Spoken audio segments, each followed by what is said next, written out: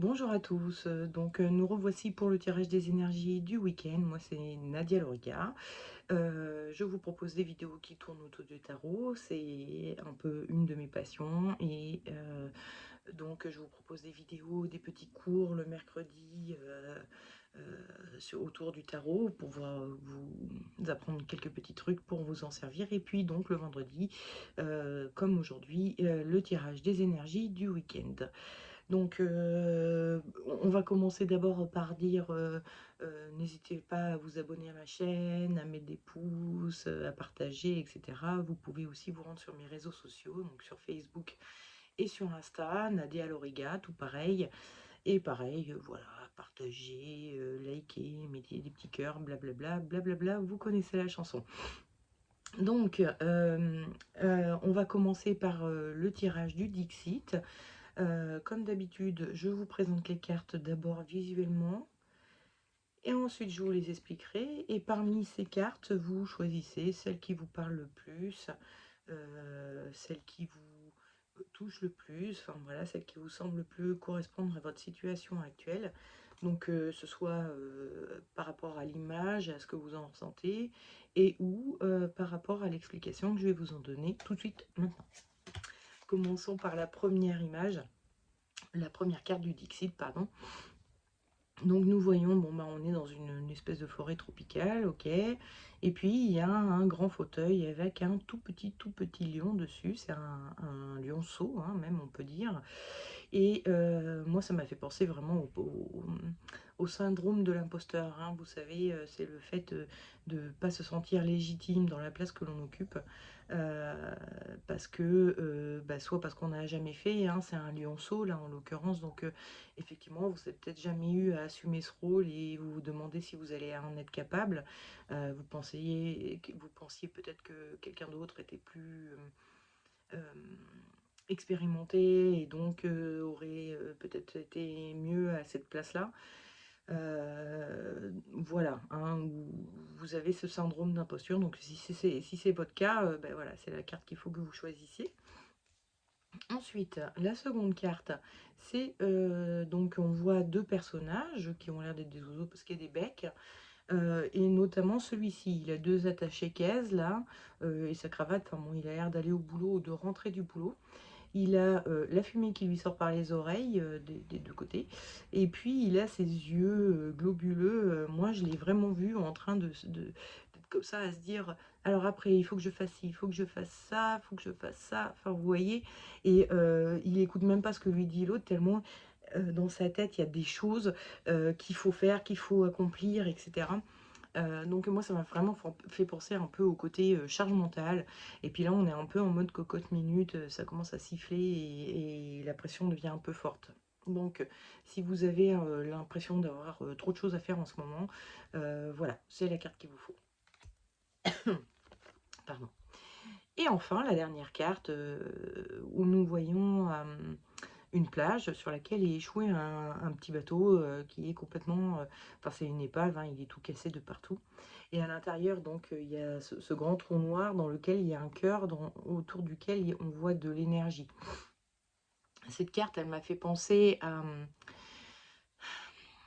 Ça m'a fait penser au phénomène de perte d'âme. Je ne sais pas si vous avez déjà entendu parler de ça. C'est un truc dont on entend parler dans le chamanisme. Euh, c'est le fait que lorsque l'on vit une épreuve un peu trop impactante sur les émotions, on a un peu tendance à... Enfin, les chamans disent qu'il y a un morceau de notre âme qui s'échappe du corps et qui va soit rester là à côté de vous, soit rester sur les lieux où ça s'est passé, soit rester accroché à la personne avec qui vous étiez au moment où l'épreuve est arrivée, enfin, ou plutôt la personne qui vous avait subir l'épreuve. Donc c'est un peu ça, le phénomène de perte d'âme. Vous perdez pas l'entièreté de l'âme, hein, évidemment, c'est pas du tout le propos, mais une partie d'elle s'échapperait. En tout cas, c'est ce que les chamans disent. Si on veut parler plutôt dans des termes de psychologie, on va parler de fuite mentale. C'est-à-dire que lorsqu'il vous arrive une épreuve, vous avez un peu tendance Je ne sais pas si ça vous est déjà arrivé, quelque chose qui se passe et qui est tellement limite choquant, vous retrouvez un peu anesthésié, un peu tétanisé, vous savez pas comment réagir, vous n'êtes même pas capable de réagir. Vous devriez pleurer, crier, je ne sais quoi, enfin bon, et il se passe rien. Vous êtes complètement, parce que en fait vous réalisez pas encore totalement, parce que par système de survie, votre cerveau fait des espèces de blackout pendant un certain moment. Alors, c'est pas forcément que vous oubliez tout. C'est pas un blackout, genre vous vous évanouissez, hein. Mais il y a quand même ce phénomène où vous vous retrouvez à être en dehors de vos pompes un petit peu, à plus être connecté à vous-même, à être à l'extérieur de vous-même, ce sentiment d'être à l'extérieur de vous-même. Je sais pas si vous l'avez déjà vécu, j'espère que non. En fait, ça voudrait dire que vous avez vécu, que vous auriez vécu quelque chose d'un peu dur, quoi. Donc bon, je vous le souhaite pas, mais c'est effectivement un phénomène qui est connu, reconnu, on le sait. C'est même le premier phénomène du deuil, hein. Souvent, ça fait partie des phases du deuil. Quand on apprend la mort de quelqu'un, on est dans cette phase un peu anesthésiée qui peut durer 5 minutes, 1 heure, 3 jours. Mais voilà, on est anesthésié, on n'est pas capable de réagir, de pleurer. A priori, c'est un deuil, donc on est censé pleurer et ça se produit pas. Et, euh, et en fait, à un moment donné, ça revient, l'émotionnel se remet en route et là, vous vous mettez à pleurer.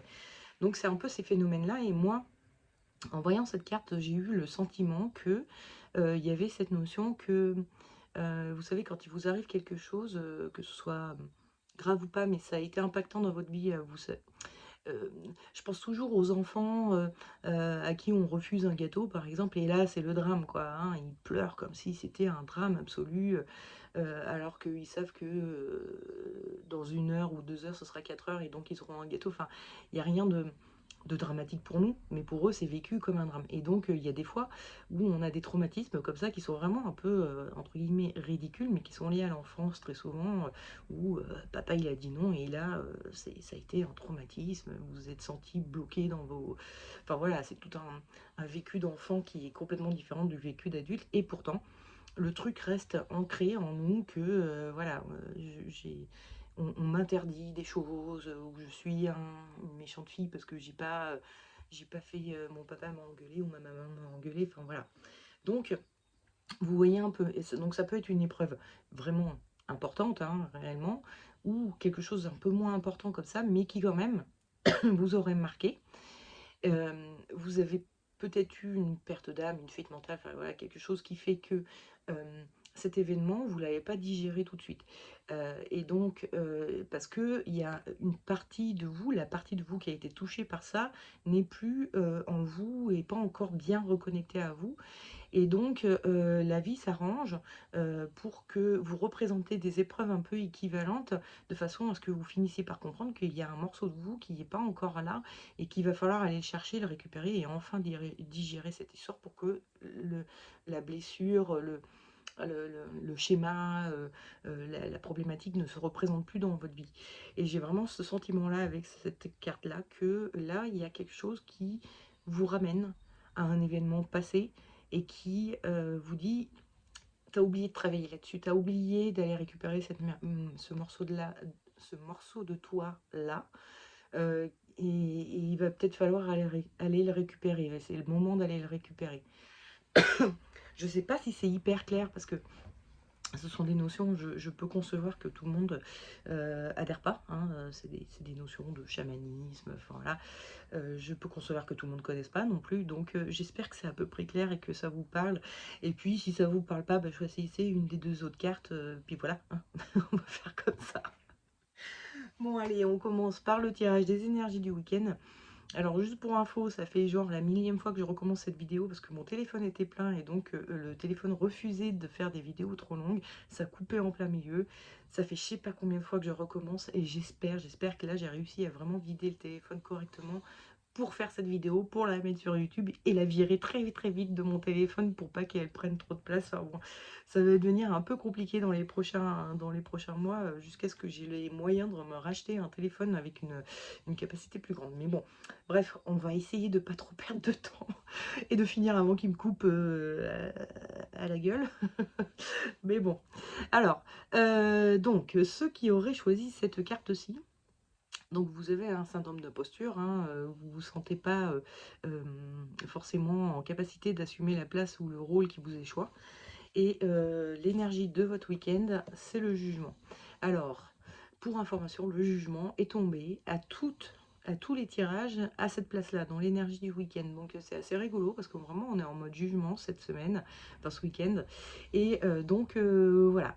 Mais vous pourrez donc constater que bien que ce soit la même carte, bien qu'elle soit située à la même place, hein, donc dans ma stratégie de lecture, donc dans la place énergie de votre week-end, c'est-à-dire un peu la façon dont vous allez vivre votre week-end, la façon dont c'est vécu intérieurement et euh, enfin voilà, votre vécu intérieur du week-end, et ben malgré tout, je l'ai interprété de façon différente parce que le contexte, hein, la carte du Dixit, est différent.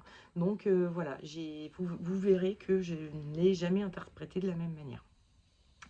Donc bon, là, en l'occurrence, j'ai pas vraiment été plus loin que le jugement. En fait, c'est le jugement peut-être qui va être prédominant dans votre week-end, c'est-à-dire que vous allez vous auto-juger comme étant incapable d'assumer le rôle qui vous échoit, ou vous allez avoir peur que les autres vous trouvent incapable, et ou des gens vont venir vous voir pour vous dire tu vas pas être capable. C'est-à-dire que c'est ça, il y a une forme de jugement au cours du week-end. Je pense que vous-même, puisque vous avez choisi cette carte, vous vous auto-jugez comme étant incapable. Mais en plus, il est possible, hein, je ne dis pas que ce sera le cas, mais il est possible aussi que des gens viennent vous voir en vous disant oh là là, comment tu vas faire, t'as jamais fait ça, c'est pas dit que tu y arrives, quoi. Donc voilà, hein, votre week-end va être sous le signe du jugement. Euh, le conseil que vous donne le tarot, c'est la force, et le déconseil, c'est l'ermite. Et puis, j'ai tiré une rune, Thurisaz, c'est celle-ci. On en reparle après. On va d'abord commencer par le tarot. Donc, l'ermite en déconseil, vous voyez que c'est un personnage qui est voûté, qui a des cheveux blancs, qui a des rides, qui a une canne, bref, c'est une personne âgée. Elle est en train de tâtonner le terrain, elle y va à tout petit pas par tout petit pas, tel un petit vieux. Donc, et ça, c'est ce que vous déconseille le tarot. Il vous dit, ne soyez pas dans la crainte, ne soyez pas dans la prudence, ne soyez pas dans la mesure, dans la lenteur. Enfin, ça, il ne faut pas. Il faut pas faire ça. Il faut pas avoir de crainte, pas avoir de prudence dans l'affaire. Il faut plutôt être dans l'énergie de la force. Donc déjà, rien que le nom, on se dit la force, ça va, c'est un peu plus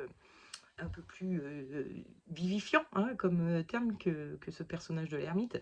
Et puis alors surtout on voit qu'elle met les mains dans la gueule alors est-ce enfin bon, par exemple dans le Rider White ils ont dessiné un lion, c'est clairement un lion.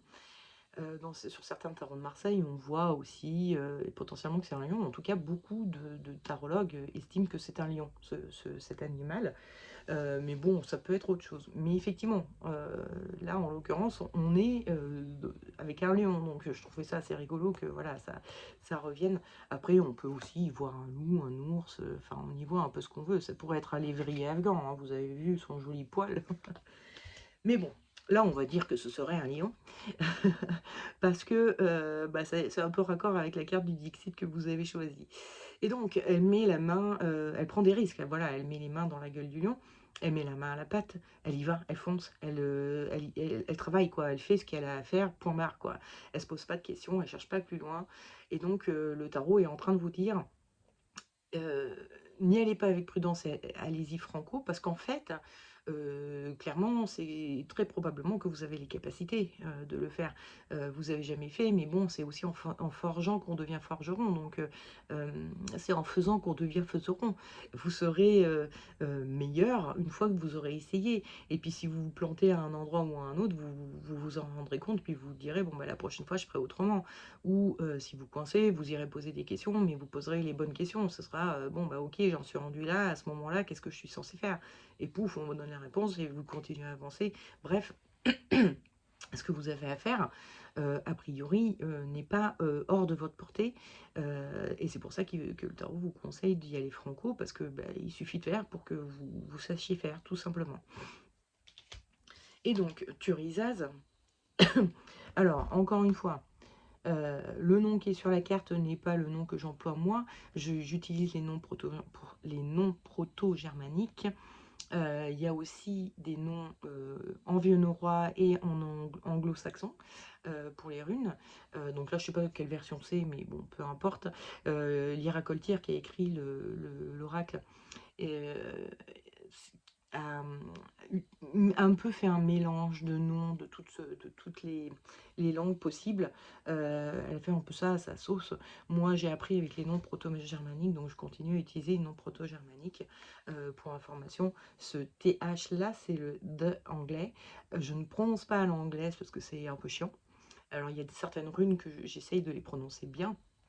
J'ai plus la rune en tête là, mais il y en a une où il faut pas prononcer ce qu'on voit décrit. Je me rappelle plus laquelle c'est.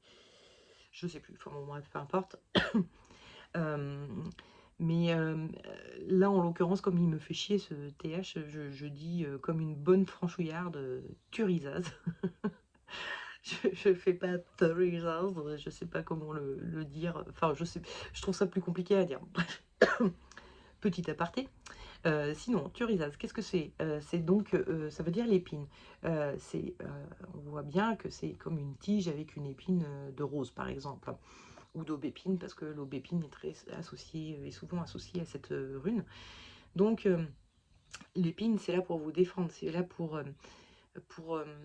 oui, pour vous défendre. Il faut que vous soyez en mode défense. Pardon. On voit aussi sur la carte que le personnage a une armure, hein, donc, ah, décidément. J'aurais dû prendre un peu d'eau. Comme je suis fumeuse, vous avez remarqué, je tousse assez souvent, j'ai souvent des chats dans la gorge, enfin voilà, c'est la faute à la cigarette.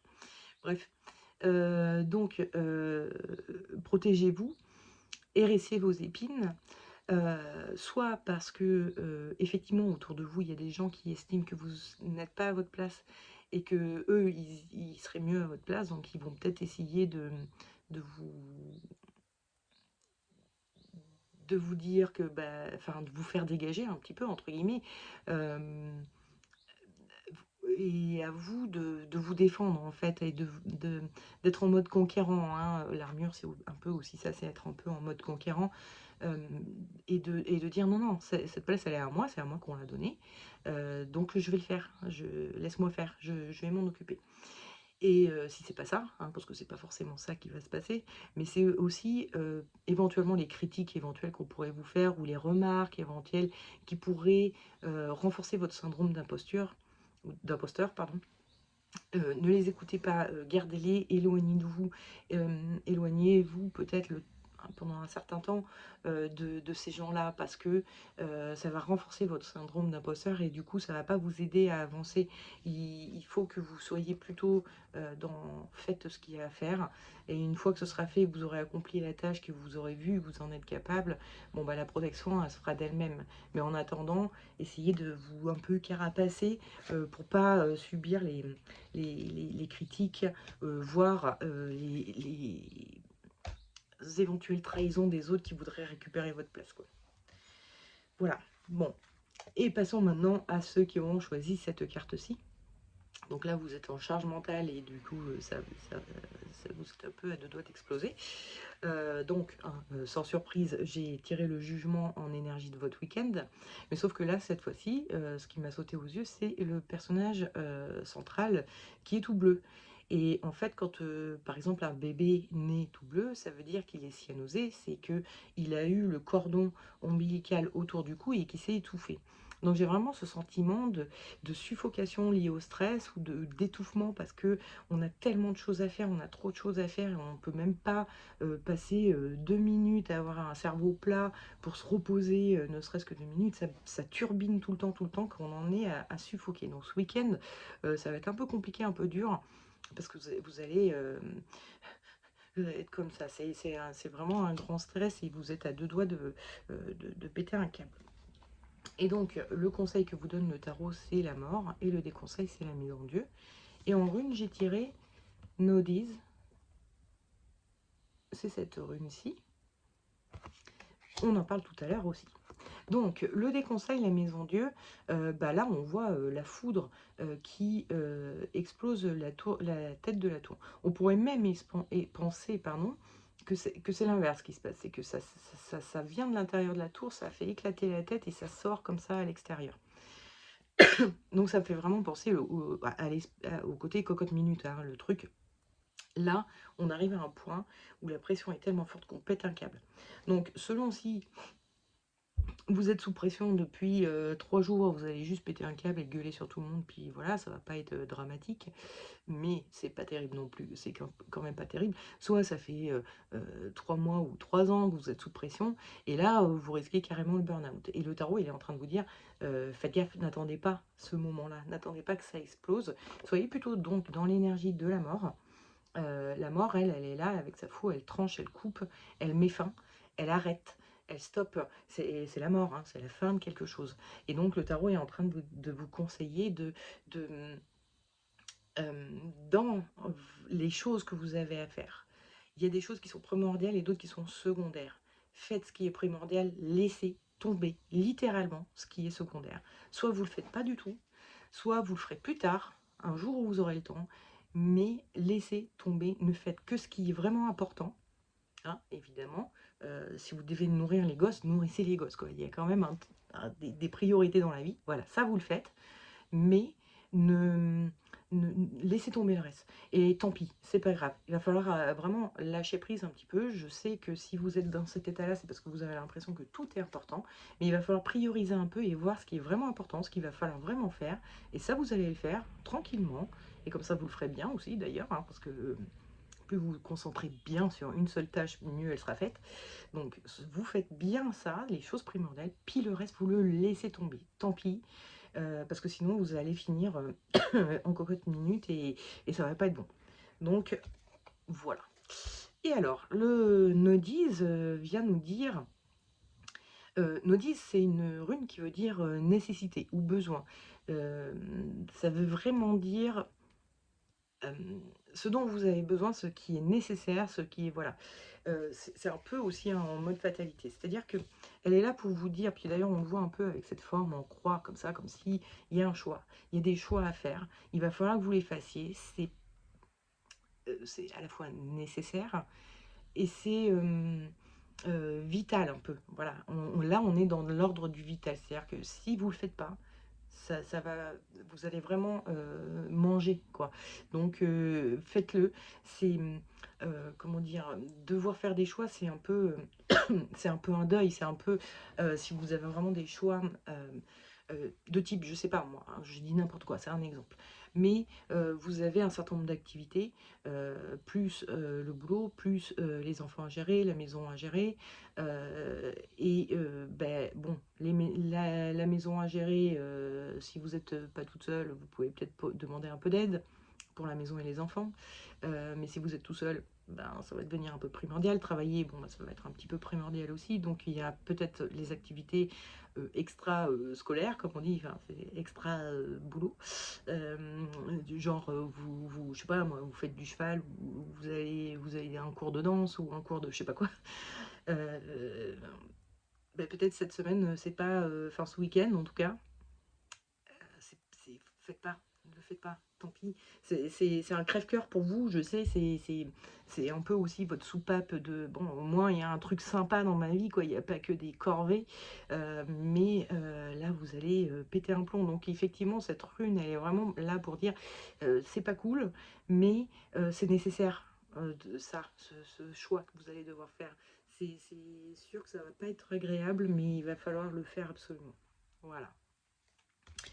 Alors, enfin, ceux qui ont choisi cette carte, hein, donc la notion de perte d'âme, et que celle-ci se rappelle à votre bon souvenir par le biais d'un événement ou d'un souvenir, tout simplement. Vous vous rappelez d'un truc et vous dites... Ah. Alors, bon, sans surprise, j'ai tiré le jugement en énergie de votre week-end. Et puis là, par contre, j'ai vraiment eu le sentiment que on se rapprochait plus du jugement dernier, c'est-à-dire que de l'affaire que les morts sont en train de revenir à la vie. Donc quelque chose qui est passé, qui est entre guillemets mort, qui fait partie du passé, est en train de se raviver, de revenir d'une manière ou d'une autre, hein. Ça ne veut pas forcément dire que euh, quelque chose précisément de votre passé est en train de revenir, mais c'est comme si, vous savez, on dit qu'on est atteint d'un certain nombre de blessures. C'est un peu la théorie de Lise Bourbeau avec les 5 blessures de l'âme. C'est son livre qu'elle a écrit sur le sujet. Alors attendez, je vais essayer de me souvenir des blessures, mais il y a la blessure d'injustice, la blessure de trahison, la blessure... Je me rappelle que de deux, dites donc. Je suis bien d'humiliation. J'arrive pas à m'en souvenir. Purée, j'aurais dû potasser. Surtout que je vous raconte pas, j'ai refait la vidéo un milliard de fois parce que à chaque fois ça se coupait, parce que mon téléphone a plus. Je l'ai déjà dit, comme ça fait un milliard de fois que je le dis, je sais plus si je l'ai dit dans cette vidéo-là ou dans les précédentes. Bon, bref. Et pourtant, bah, entre deux vidéos, à chaque fois, j'ai pas été chercher. J'étais tellement omnibulée par le fait qu'il purée, il faut que j'arrive à finir cette vidéo que j'ai pas pensé à aller chercher les 5 blessures. Mais enfin bon, bref, imaginons. Vous êtes atteint d'une blessure d'injustice. Ça peut vous venir de vos ancêtres. Quelqu'un a vécu une injustice et du coup, vous revivez l'injustice qu'a vécu votre ancêtre. Ça peut être une épreuve à vous, personnelle, de l'enfance, une épreuve traumatique de votre vie en général. Ça peut être aussi un choix d'âme, hein. Il y a des gens qui pensent que c'est un choix d'âme. J'ai choisi de euh, vivre la blessure d'injustice au cours de cette vie. Bon, bref, donc quoi que ce soit, elle se représente comme ça un petit peu régulièrement et c'est un peu ça qui est en train de se passer ce week-end. Pour vous, vous avez l'impression de retourner à une époque euh, où vous avez vécu une épreuve par le biais d'un souvenir ou d'une nouvelle épreuve qui est une réplique de l'épreuve originale, du séisme original. Donc il y a un grand séisme et là c'est peut-être qu'une toute petite épreuve, mais ça vous rappelle ça. Ça vous rappelle ça. Et effectivement, il y a un truc mort qui revient à la vie ce week-end. Le conseil que vous donne le tarot, c'est la justice. Et le déconseil, c'est le pendu. Le pendu, attendez, il y a aussi la rune que j'ai tirée qui est d'Agaz. Alors, on la voit après, hein, comme d'hab. Donc, le pendu enfin, les deux cartes sont deux cartes où on réfléchit beaucoup, hein. Le pendu, il est là, il est posé comme ça, et il est en train de réfléchir. Et elle a mis son manteau pour intérioriser et réfléchir aussi. Donc, ce sont vraiment deux personnages qui réfléchissent. Sauf que le pendu, il est plutôt en mode rumination. Il est en mode, il est en train de revivre tout ce qu'il a vécu et puis comment dire, en le revivant intérieurement et donc en n'évoluant pas du tout par rapport à l'épreuve. Donc, le tarot vous dit, ne faites pas ça. Soyez objectif comme la justice. La justice, c'est un personnage qui est beaucoup plus objectif, beaucoup plus stratège, beaucoup plus impartiale. C'est-à-dire, elle a une distance par rapport aux événements qui fait que ça lui permet de voir les choses beaucoup plus clairement, avec plus de clairvoyance et plus d'objectivité. Et elle a ici une corde, hein, qui coupe tout son mental. Donc vraiment, tout est axé ici chez la justice. Et tout ça, on l'oublie, hein. Les émotions, elles vont se passer plutôt dans le corps que dans la tête. Donc c'est le corps, on oublie. Les émotions, on les oublie. On essaye vraiment d'être précis et d'être clair, de surtout pas se laisser emporter par les émotions et d'avoir une vision claire et nette des choses de façon à pouvoir enfin les digérer, à pouvoir enfin ramener ça au niveau émotionnel et que ce soit plus aussi vivace, plus aussi fort, quoi. Et puis bon, si on parle de perte d'âme et que vous y croyez, va falloir trouver voilà, des techniques qui vous permettent de ramener cette partie d'âme à vous, hein. Je parle souvent d'elle, Natacha Calesrémé a créé des petits protocoles qui vous permettent de faire ça. Vous pouvez aller voir un chaman, Vous pouvez aller voir, je sais pas, moi, je sais pas, vous pouvez l'appeler tout simplement, vous dire: «Morceau d'âme que j'ai perdu, reviens à moi» et vous voyez ce qui se passe, hein, en étant bien entendu avec toute l'intention qu'il faut, toute la concentration qu'il faut et cetera et cetera. Mais avant ça, va falloir calmer les émotions et être clairvoyant, mais pas clairvoyant dans le sens, voir dans l'avenir ou je sais pas, des choses invisibles. Non, hein, c'est vraiment, d'être précis, d'être, ah je cherche mon mot, mais c'est vraiment ça, le côté très observateur et de se dire: «OK, j'ai vécu ça, mais l'autre en face de moi, peut-être qu'il a vécu ça». Il y a vraiment cette notion d'arriver à prendre de la distance par rapport à ce que vous avez vécu vous, pour arriver à voir le point de vue de l'autre, celui qui vous aurait éventuellement fait souffrir, hem, ou les circonstances. Enfin voilà, c'est bon, bah, voilà, ça m'est tombé dessus, c'est la vie. À un moment donné, il faut que j'arrête d'être en colère après la vie, c'est ridicule, c'est idiot parce que voilà, c'est juste la vie. Enfin, vous voyez ce que je veux dire. Et alors Dagaz, qu'est-ce qu'elle vient nous dire? Dagaz, ça veut dire, aurore. Enfin non, ça veut dire jour et on l'associe très souvent à l'aurore. On voit ici que, derrière la femme, il y a, le soleil qui est en train de se lever. C'est vraiment, la notion de on était dans le sombre et là, il y a de la lumière qui arrive. Je pense que cet événement qui est en train de vous revenir en mémoire et qui vous rappelle qu'il y a un morceau de vous qui vous a échappé et qu'il va falloir récupérer, hem, va vous apporter mais un éclaircissement de fou sur vous. Il y a vraiment, enfin de fou ou enfin plus ou moins, hein, mais les cartes sont assez fortes quand même. Pardon. Il y a un éclaircissement qui se fait, vous reconstituez votre propre puzzle de qui vous êtes. C'est quand même quelque chose de plutôt pas mal, quoi. Alors autant les épreuves, c'est chiant, c'est pas bien. Si là, enfin, je veux dire, et se souvenir des épreuves, ça peut m'être un peu inconfortable, mais derrière, si vous arrivez à dépasser le truc, ça va être un soulagement pour vous et donc voilà, profitez de cet éclaircissement qui est en train de vous venir, pour avancer un petit peu et régler cette histoire-là. Ce sera déjà, un truc en moins, qui vous pompera de l'énergie sans que vous en ayez conscience ou et qui vous mettra dans des situations, enfin vous savez, hein, quand on a des comportements, qu'on comprend pas, on sait pas pourquoi on est comme ça. Heu, bah, c'est souvent lié à des trucs que soit on a oubliés, soit qui viennent du transgénérationnel, enfin voilà quoi. Ça me fait penser au livre de Stéphane Alix, qui est d'ailleurs le mari de Natacha Calestrémé. Comment ça s'appelle? Nos âmes oubliées. Un jour, il est parti, chez un psy, qui, proposait, une une thérapie sous psychotrope, hein, donc c'est totalement interdit en France. Vous ne pourrez pas le faire en France. Il a trouvé un psy ailleurs pour faire ça et il était parti pour faire c'était vraiment, des expériences sur la conscience qu'il voulait faire à la base et puis il se retrouve chez ce psy et il a un souvenir qui lui revient, un souvenir oublié. C'est-à-dire vraiment, il avait complètement oublié tout ça tout un pan de sa vie, de l'enfance, qui était, parfaitement traumatique, hein. Donc, c'est ce que je vous parlais tout à l'heure avec, la fuite mentale, c'est vraiment ça, hein. C'est tellement traumatique que le cerveau, il fait un blackout, il dit: «C'est bon, je veux même pas m'en souvenir, c'est trop dur à gérer ça» et ça lui est revenu, comme ça.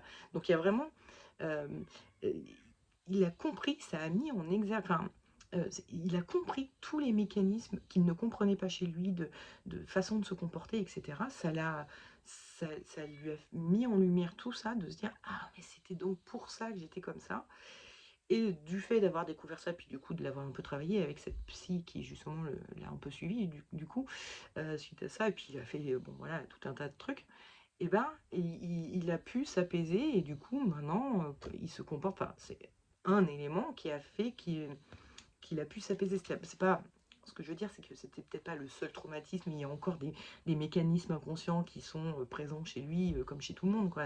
C'est très probablement, hein, je dis pas que voilà, mais en l'occurrence, c'était, il ça lui a fait faire un bond en avant, psychologique, intérieur, spirituel et cetera, qui est énorme. Donc voilà. C'était pour expliquer un peu le principe, je suis pas en train de dire que c'est un truc comme ça qui vous revient en mémoire à vous, hein, pas du tout. Des fois les traumatismes vraiment, c'est des trucs qui sont, qui peuvent paraître ridicules ou on l'a pas forcément oublié, mais quand on le regarde enfin, quand on a un regard sur notre passé, on se dit: «Ouais, bon, c'est vrai, c'était un peu chiant, mais Mais en fait, non, c'était beaucoup plus impactant qu'on ne le pense. C'est juste que votre cerveau fait en sorte que vous ne subissiez pas trop par survie. Mais il y a un moment où il faut quand même rattraper ces trucs-là pour les digérer, quoi. Voilà. Bon, bah écoutez, le week-end n'est pas trop mal malgré tout, hein. C'est pas la fin du monde. On a eu des tirages un peu pires que ça. Et donc du coup, bah, je vous souhaite un excellent week-end. Là, je regarde la neige tourbillonner depuis ce matin. Donc bah écoutez, j'espère que ça va se réchauffer un petit peu. Quand je pense que la semaine dernière, j'étais trop contente du soleil, puis là, il neige. Bon, après la neige, c'est mignon, c'est joli quand on n'en a pas trop. Donc ça va, on va supporter. Et puis, bah voilà, hein, les beaux jours arriveront dans pas si longtemps que ça, faut garder patience. Bon, bah écoutez, je vous souhaite un excellent week-end et puis je vous dis à la semaine prochaine pour le prochain tirage des énergies du week-end. Ciao!